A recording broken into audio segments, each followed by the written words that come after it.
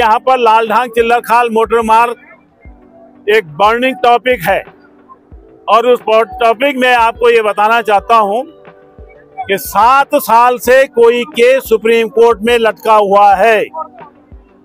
हमारी राज्य सरकार से मांग है कि आखिर क्यों ठोस पैरवी नहीं कर रहे हो। वो मामला जहां पर 7 साल पहले था आज भी है। ये रोड हमारी लाइफ लाइन है। ये रोड हमारी यहाँ आजीविका के साधनों को वृद्धि करने वाला है। यहाँ के लोगों की आर्थिक को बढ़ाने वाला है। यहाँ के लोगों को व्यवसाय को सुदृढ़ बनाने में काम आने वाला है। सिडकुल जैसी फैक्ट्री जो हम लोगों ने यहाँ पर स्थापित की थी, उसके अंदर पंख लग गए होते अगर ये रोड बन गई होती। यहाँ से लेके दोनों मंडलों को जोड़ने वाली ये दुर्भाग्य है हमारे स्टेट का, इस सरकार का, कि दोनों मंडलों को जोड़ने वाली हमारी अपनी रोड नहीं है। इससे ज्यादा क्या खराब बात हो सकती है। आज स्थिति यह है कि टैक्स के ऊपर टैक्स लगाया जा रहा है। आज आवासों पर संपत्ति कर लगाने की ठोस योजना बना दी गई नगर निगम के द्वारा। हमने मांग की है कि जिस प्रकार हमने पिछले कार्यकाल में बोर्ड ने जो है टैक्स नहीं लगने दिया, उसी प्रकार अब भी ये बोर्ड तय करे कि भविष्य में जब तक यहाँ पर सुविधाएं नहीं मिलती जनता को, यहाँ पर सीवर नहीं मिलता जनता के घरों तक, तब तक टैक्स नहीं लिया जाएगा। इसके अतिरिक्त जो यहाँ पर बेस चिकित्सालय है, 58 डॉक्टरों के सापेक्ष मात्र 23 डॉक्टर हैं।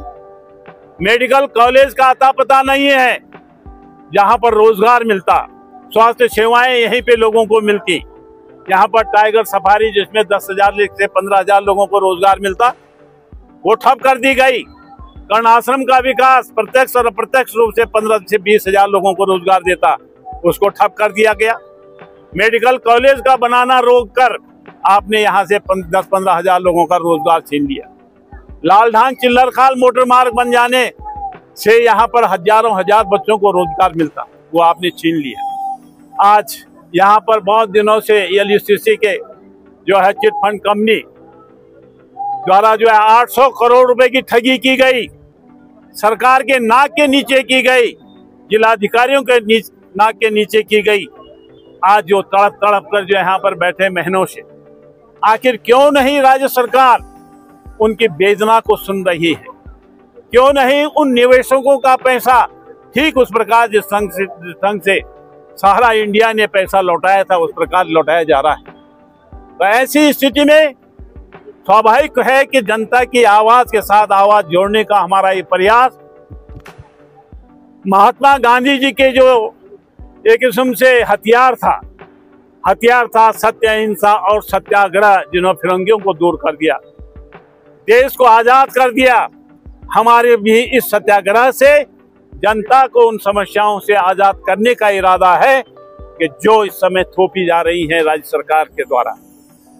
हमारा महामहिम राज्यपाल को जो ज्ञापन भेजा, उसमें हमने उनसे अनुरोध किया है कि यहाँ पर जो अग्निवीर योजना है उसको तत्काल प्रभाव से बंद कराने के लिए और पूर्व की व्यवस्था को बहाल करने के लिए महामहिम राज्यपाल अपनी ओर से जनता की भावनाओं के आधार पर एक संस्तुति भेजे केंद्र सरकार को, भारत सरकार को, कि इस योजना को बंद किया जाए, पुरानी व्यवस्था को लागू किया जाए।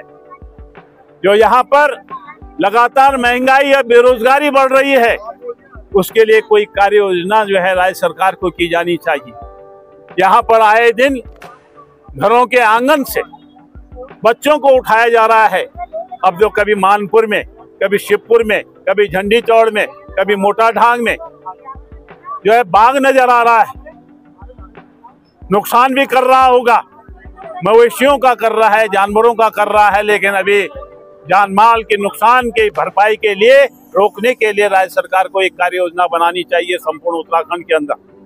आखिर कब तक जो है आंगन से बच्चे जीवित उठते रहेंगे और जो है बाघों के निवाला बनते रहेंगे?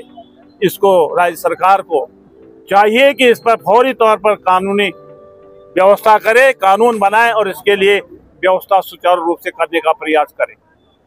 इसी प्रकार हम लोगों ने 21 मांगों का सड़कों की बदहाली यहाँ पर एडीबी द्वारा जो है वार्ड नंबर 4 से लेके 24 तक जो खोदी गई सड़कें हैं पाइपलाइन डालने के लिए, उनको ठीक करवाने के लिए हमने उनके आला अधिकारियों से बात की, उन्होंने काम करना प्रारंभ कर दिया। 3 साल से अधिक समय से कोटी ढांग सने की तरफ पानी नहीं चल रहा था। सिंचाई गोलों के माध्यम से और सिंचाई के माध्यम से हमने एक चेतावनी दी, चेतावनी का असर हुआ कि वहां पर पानी चल गया। ऐसी बहुत सारी चीजें हैं। क्या हर चीज को चेतावनी देनी होगी? क्या हर चीज के लिए हमें संघर्ष करना होगा? क्या हर समस्या के समाधान के लिए सत्याग्रह करना होगा? या हर समस्या के समाधान के लिए हमको धरना देना होगा?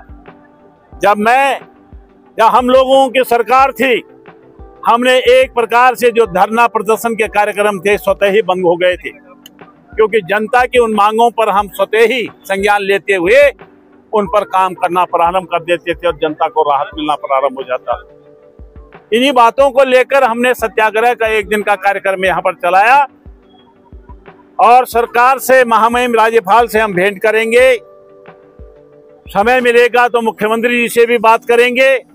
अगर इन समस्याओं का निदान नहीं हुआ तो हम लोग इसको जो है वार्ड वाइज ले जाएंगे, अन्य विधानसभाओं में भी ले जाएंगे और संपूर्ण उत्तराखंड के अंदर अलग जगाने के लिए, जनता की मांगों को पूरा करवाने के लिए एक जन संघर्ष करते हुए जन जागरण का कार्यक्रम अंजाम देंगे। ये हमने आज फैसला लिया।